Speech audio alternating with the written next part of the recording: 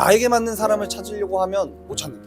그렇기 때문에 하나를 줬으면 하나를 양보해. 하나를 받았으면 하나를 양보해. 인간관계라는 게 결국엔 같이 맞춰나가야 의미가 있지. 나의 기분과 나의 감정과 나의 삶을 기준으로 중심으로 해가지고 누군가를 거기에 끼어들게 하려고 하면은 아무것도 안 되는 것 같아. 왜냐면 그 사람도 역시 그럴 테니까.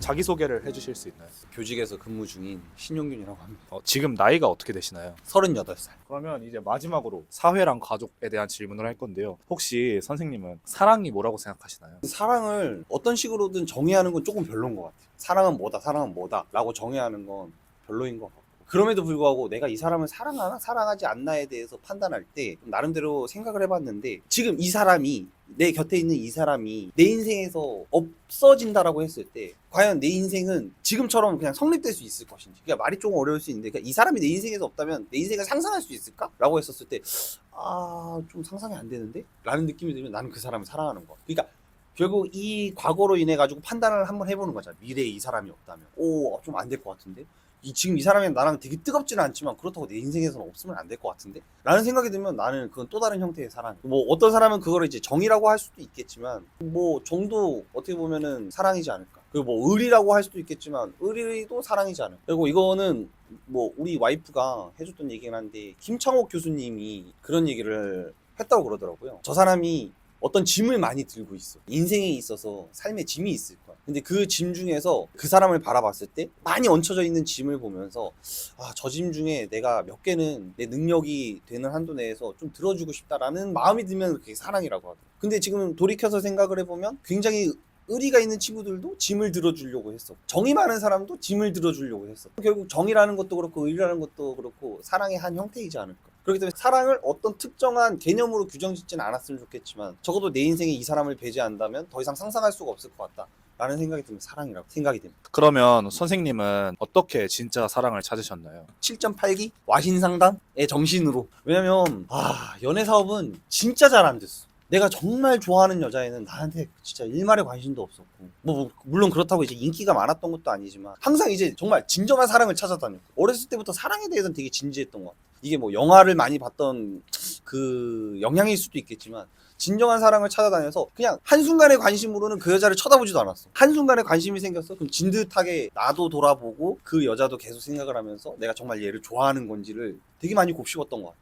그래갖고 그 여자에게 빠지기까지 생각보다 시간이 오래 걸렸는데, 빠지면 너무 오래 갔어. 근데 걔는 나한테 관심이 없어. 학생들한테도 하는 얘기지만 지금까지 살면서 단 한순간도 어느 누군가를 사랑하지 않은 적이 없었는데, 실제로 성공한 연애는 정말 많지가 않았거든. 그럼에도 불구하고 포기하지 않아서 지금의 와이프를 만날 수 있었던 거야. 그렇기 때문에 7.8기.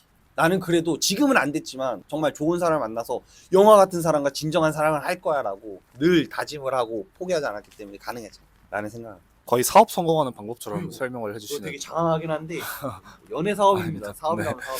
그러면 어린 시절에 자신에게 사랑에 대한 조언을 하나 해줄 수 있다면 어떤 말을 해주고 싶으세요? 안 할 것 같아요.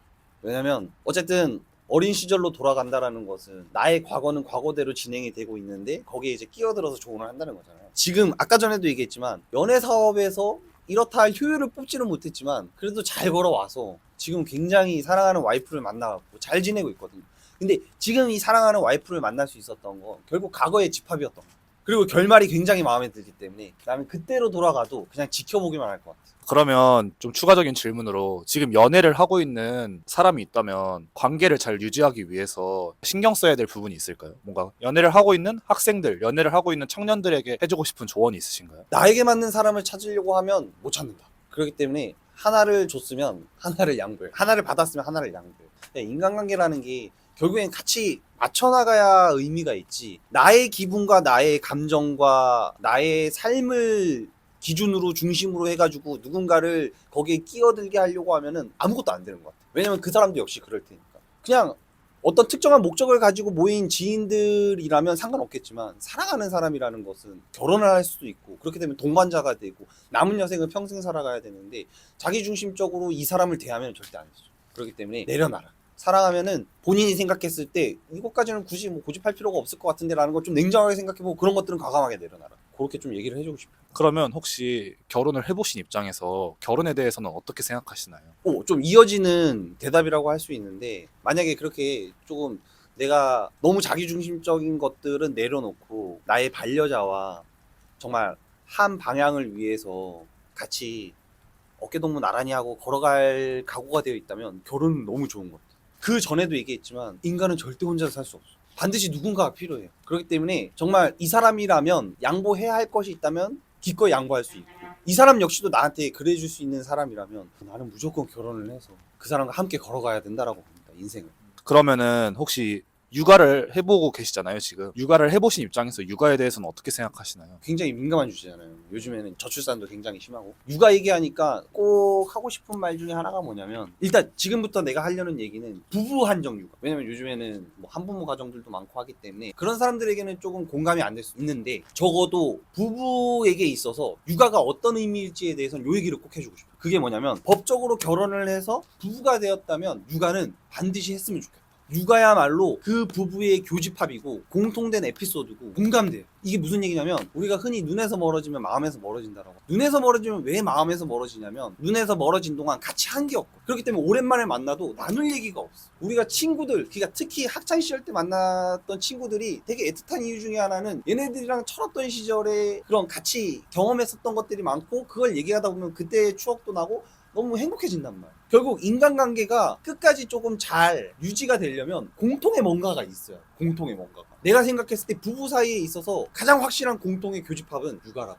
첫째도 그렇고 둘째도 그렇고, 뭐 물론 이제 와이프가 전업이고 나는 일을 하는 사람이기 때문에 주 양육자는 와이프였고, 나는 이제 보조 양육자에 가까웠지만 그래도 최선을 다해서 공동 육아를 했었는데, 지금에 와가지고 와이프랑 있다 보면 늘 하는 얘기가, 첫째가 예전엔 이랬었는데 둘째가 예전에 이랬었다. 맞아 막 이러면서 그때를 생각하니까 같이 고생했던 게 떠오르면서 되게 애틋해지고, 그 애틋함 때문에 연애 초창기 때처럼 불타오르는 이런 게 없더라도 굉장히 소중하게 느껴지고, 그래 그때 와이프가 고생이 많았지라는 생각도 들면서 괜히 더 고마워지고, 그래서 결혼을 했다면 육아는 반드시 필요하다라고 생각을 합니다.